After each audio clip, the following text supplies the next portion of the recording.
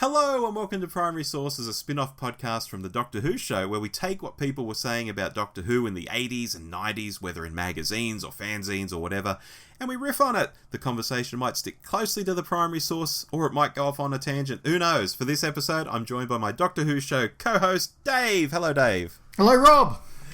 Are you intrigued as to what issue of Doctor Who magazine I have in front of me? Yes, you really surprised me with the last time we recorded one of these, so surprise me again. This is issue 186 from May of 1992. Ooh, I remember this one. Ooh, it's got Davo on the cover. Davo from the Black Guardian trilogy. Yes. I remember this one. Remembered, yes. Lovely drawing of him, yeah. The first letter is called Recalcitrant Review. I am writing in defence of Mark Platt's new novel, Time's Crucible, which was criticised in Off the Shelf in Doctor Who Magazine 184. This is the first of the New Adventures series that I'd actually call a proper novel, a good read at a decent length. If Gary Russell finds the book heavy going, then I suggest he sticks to the Target novelisations. The New Adventures are aimed at an older and wider audience. The books, unlike the Target novelisations, are not written for children. If 10-year-olds find the book confusing or boring, then tough. We older readers, unlike the recalcitrant Mr. Russell, welcome a challenging, taxing, lengthy and entertaining book. Well done, Mark Platt. Can we have more articles on the Davison Doctor in Doctor Who magazine? And again, this isn't me still, this is the letter. Articles on this era seem few and far between. That's from Gareth Room, Birkenhead, Merseyside. Well, I agree with Gary, and I agree with Gareth. Ooh, okay. I think that Gareth is absolutely right in that Time's Crucible was the first new adventure, and therefore really the first Doctor Who novel of any sort, that could be considered a, in inverted commas, proper novel, a proper sci-fi novel. It was very literary, it was very heavy, it was certainly the biggest one published to date, and I suspect by quite a long way, just by me visualising the size of the spines of the books that came before and how big that one was. So I think his characterisation of Time's Crucible is absolutely right. It was a direction that the New Adventures had to go to, not consistently, but they needed to have that arrow in their quiver, so to speak. Gary Russell is also absolutely correct, and let me say, when you read the headline of the letter, my thought in my head was, Gary Russell's about to get a kicking. Because I remember kicking in so many issues around this era. That was amazing. It was kind of a trope of sort of that early 90s DWM that Gary Russell would just get a kicking in the letters page on a regular basis for his reviews. It was quite funny. I wonder what happened to him. But yeah, I think Gary Russell is also right that it was a big step to take, and it certainly wouldn't have been to everybody's liking. And Mark Platt would probably make no apologies for that. I mean, you look at his work on screen as the script writer for Ghostlight. He wrote the novel of Battlefield, which is a very, very good book, a very, very good Target novelisation. But is also very, not a harder read. Actually, no, I will say that. It is a tougher read than your typical Target novel, and Time's Crucible was a tougher read than your typical New Adventure. That's okay. So they are both right there. It's interesting that Mark Platt didn't do a huge amount more and kind of went off on his own direction. It's really, really curious. But I guess I should mention the Davo thing, and I think Gareth is absolutely correct here. I think Davo, as I think we've discussed before on the podcast, certainly at this time in fandom suffered a bit because on the one side of Davo, there's Tom Baker. 7 years, larger than life, many people's favourite era. At this stage, he was the unbackable, clear landslide winner of every poll for favourite Doctor. He was Tom Baker. Yeah. On the other side of Davo, you've got Colin, who is again larger than life, very active in fandom, And a very controversial era. It's the time when the show got cancelled and then back on hiatus, and then Trial happened and Bonnie Langford was cast, and you could debate the Colin Baker era, and there's a lot to say about the Colin Baker era. You can write a defence of the Colin Baker era, you can write an attack of the Colin Baker era, you can write a new perspective on Trial of a Time Lord, you can talk about the unmade original plan season 23, which I actually think would have been a pretty cool season. And this is 92, so a lot of the details of something like that season weren't really known. I mean, we'd had the 3 novels come out, but at this stage we still thought that there was one story that was in Singapore with Autons and the Master and the Rani and etc., which we now know was sort of actually not the case. There were different ideas for different stories, and some of them were never going to happen. So the point that I'm getting to is that you've got 7 years of Tom Baker to write about. You've got huge controversy of Colin Baker to write about. In Davo, you've kind of just got this neat, tidy little 3 years. You've got the Doctor himself at this stage was very much in his get a life sort of phase towards fandom. Massively. Janet Fielding was in her get stuffed and get a life phase of her relationship with fandom, I think it's fair to say. And Mark Strickson was, very engaging with fandom, but living in Australia. So we got to engage with Mark, but the UK fans didn't. So there was a documentary. Sorry to butt in. There was a documentary in the 90s because it was on VHS tape, and I remember my brother bought it, and it had Davo and Mark Strickson wandering through a forest or some kind of green field. Oh, one of the Mythmakers, was it? I don't know. No, I don't think... it couldn't have been, because I don't think he ever bought any of those. And Davo was like wearing sunglasses and acting like a bit of a superstar and being very dismissive, because he's already got that sort of humour about him, which he brings to everything he does. He's got a wonderful dry sense of humour. Yeah, but it's really snarky and really snippy about the show, like he just doesn't care. And it's like, wow, how things change once the convention circuit amps up, once Big Finish amps up, once his son-in-law is in this hot new show called Doctor Who. Suddenly he's back in love with the show again. Because it used to actually make me quite sad that my favourite Doctor for this period in the 90s, whenever I'd see him, he was so dismissive and not into it at all. Yeah, so I think that also makes it very difficult to really be doing articles. So I get that DWM probably didn't do a lot of Davo stuff in that sort of period. And so, I totally get where Gareth was coming from. Yeah, Gareth Room, Birkenhead. There we go. Shall we move on? Yeah. Okay. This next one is called Is Tomb Doomed? At last, after all the mourning, hype, and rumours, the BBC have managed to track down the Tomb of the Cybermen. I, like most fans, am delighted at this discovery, but I must express a little concern. Gary's about to get another kicking, isn't he?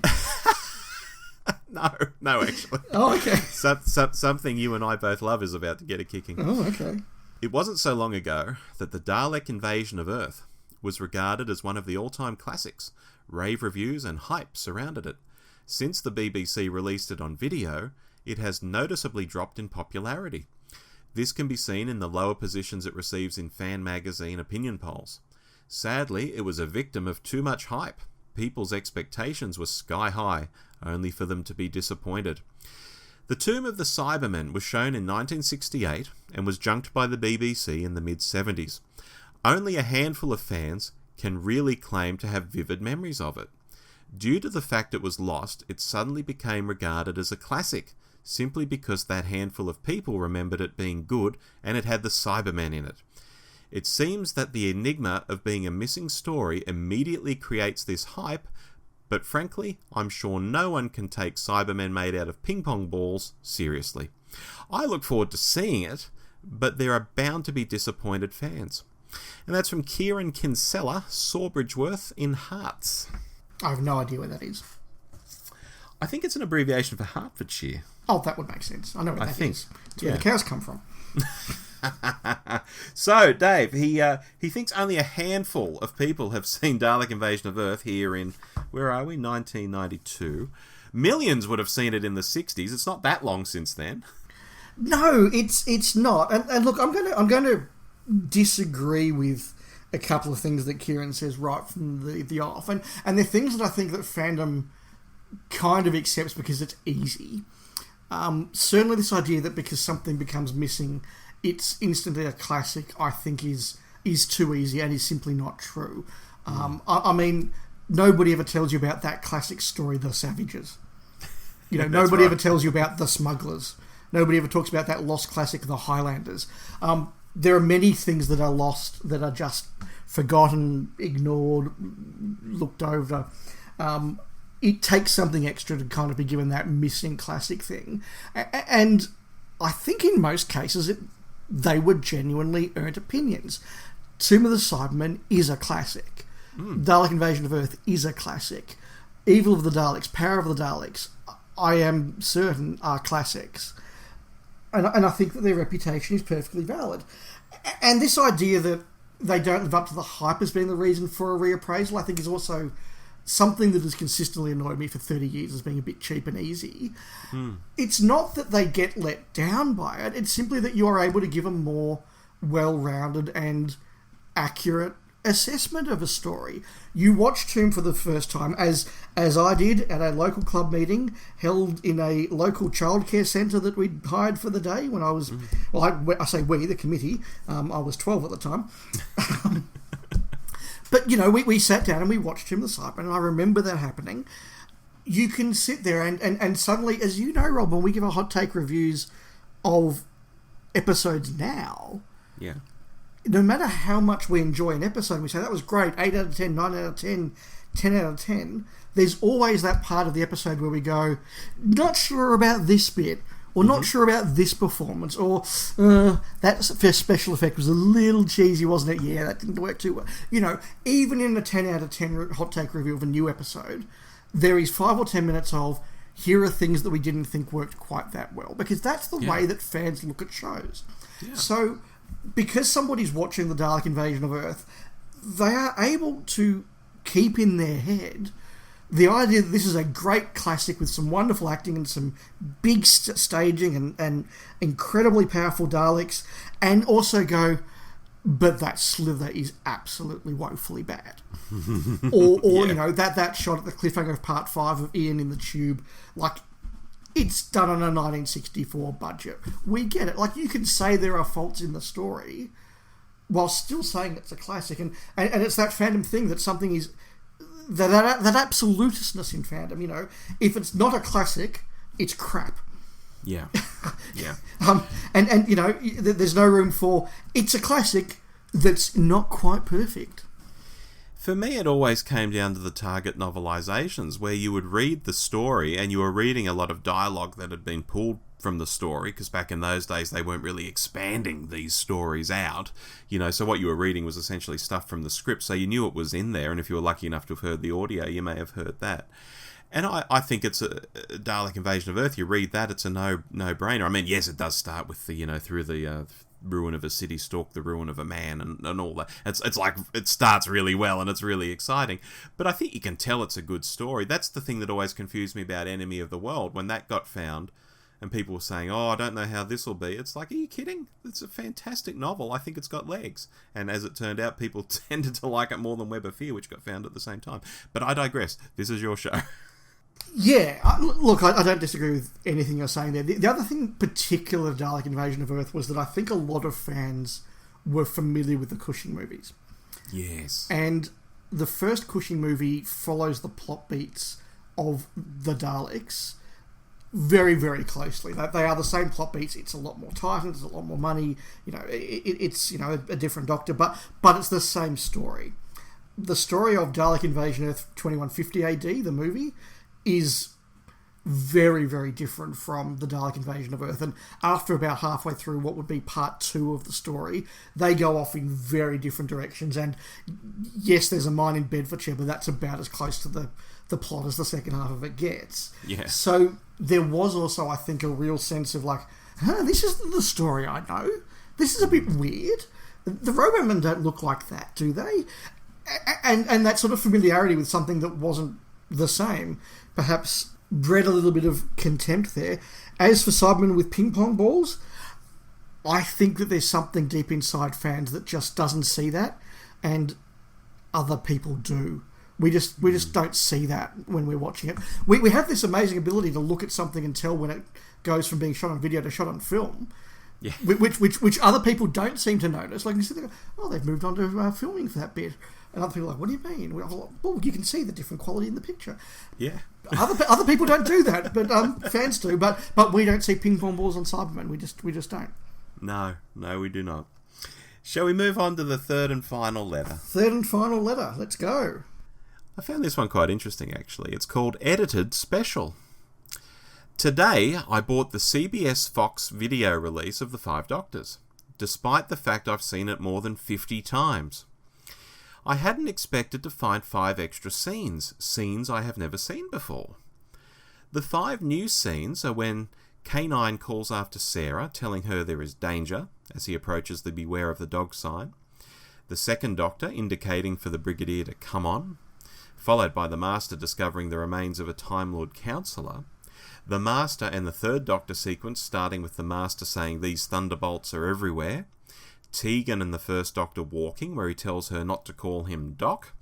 And Susan and Turlough seeing the cyberbombs for the first time when Turlough says, big, isn't it? These scenes have never ever appeared in any American telecast of The Five Doctors. Why not? That's from Stephen Manfred, Ellsworth, Wisconsin, USA. And Doctor Who Magazine actually replied and said, no one's ever pointed out these omissions before. Certainly they were transmitted in the UK and are on the BBC version of the video. Any of our American readers care to confirm these cuts and offer reasons why? And I thought, well, this is a mystery, isn't it? And I know we've got US listeners. Maybe they can sort of chime in. Or maybe it's a well-known thing in fandom. I don't know. But it looks like Five Doctors was edited in the US. So a couple of points. Interesting to hear that Stephen's from Wisconsin, which is a line from one of my favourite movies, Dogma, where Alan Rickman gets to give the line, seriously, was Wisconsin really that bad? But look, very quickly, he says he's watched The Five Doctors 50 times. Well, what Doctor Who fan from that era hadn't watched The Five Doctors 50 times? Yes. I certainly have.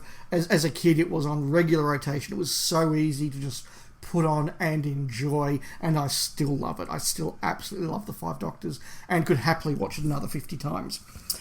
The cuts. Now, my first instinct is to wonder, given it's American, were they cut for ads? Yes. I'm a little bit uncertain of that theory, though, because that list does sound incredibly familiar, and I feel like I've read that list elsewhere, so I wonder if there was a version that went out that way or that was sold overseas that way, or whether I've just seen several different permutations of this same US phenomenon, and it was a cut for ads or a cut for time or something, because there's nothing in there that sort of jumps out as being a particularly alternate reason. You go, okay, that scene with the Master finding the desiccated skeleton is a little bit gruesome. Could that have been cut for ratings purposes in America? Possibly. But then you go, K9 and Sarah Jane. That's not particularly gruesome. But it is at the end of a scene, danger, Doctor, and then the scene changes. Maybe they just trimmed it off there. I don't know. Yeah, but I don't think it would have been cut for censor reasons, though. No, oh no, hell no. Unless, that parka that she's wearing was seen as offensive, which is possible. Yeah, that really weird crime 80s, against fashion. It's like a cellophane parka. Yes. What was that thing that she was wearing? It would have been very hot. It would have been, and I'm fairly sure that the Time Scoop. I'm fairly sure the Time Scoop used its good taste filter to remove it before she got to the death zone or something. But I'm not sure. Maybe it's the same thing as the Transmat that issues the Master with a cloak between leaving the capital and arriving in the death zone. Yes. So that is a mystery. I don't know, but look, you wouldn't miss anything from the story with those scenes. No, and I didn't look it up because I didn't want to come on and be all know-it-all and know the answer if there is an answer. But I'm very intrigued now when we stop recording to go and look it up. Yes. So headline for that letter: we don't know, but The Five Doctors is great. Perfect. Perfect way to end the episode, I think, Dave. And on that bombshell. Yes, on that bombshell. Thank you for sitting with me as we went through issue 186, May 1992. Very fond memories. I have read and reread that issue many, many times because I think 181 was the first issue of DWM I bought as a 11 or 12-year-old. So yeah. These were the early issues that I've owned for the longest and therefore had the longest time to nostalgically go back and reread. Did you keep the postcards that were stapled to the front cover, or did you use them? The postcards are somewhere, but they are ripped out of the magazine and you know, not ripped up, but you know, the perforations have been taken out. They are there as postcards, and in a drawer somewhere, probably in my parents' attic, is that set of postcards, I suspect. Mine are still attached. Not quite the bombshell we would normally end on, but mine are still attached. Fair enough. Well, let's do this again in a couple of months. I think so. See you then. Bye.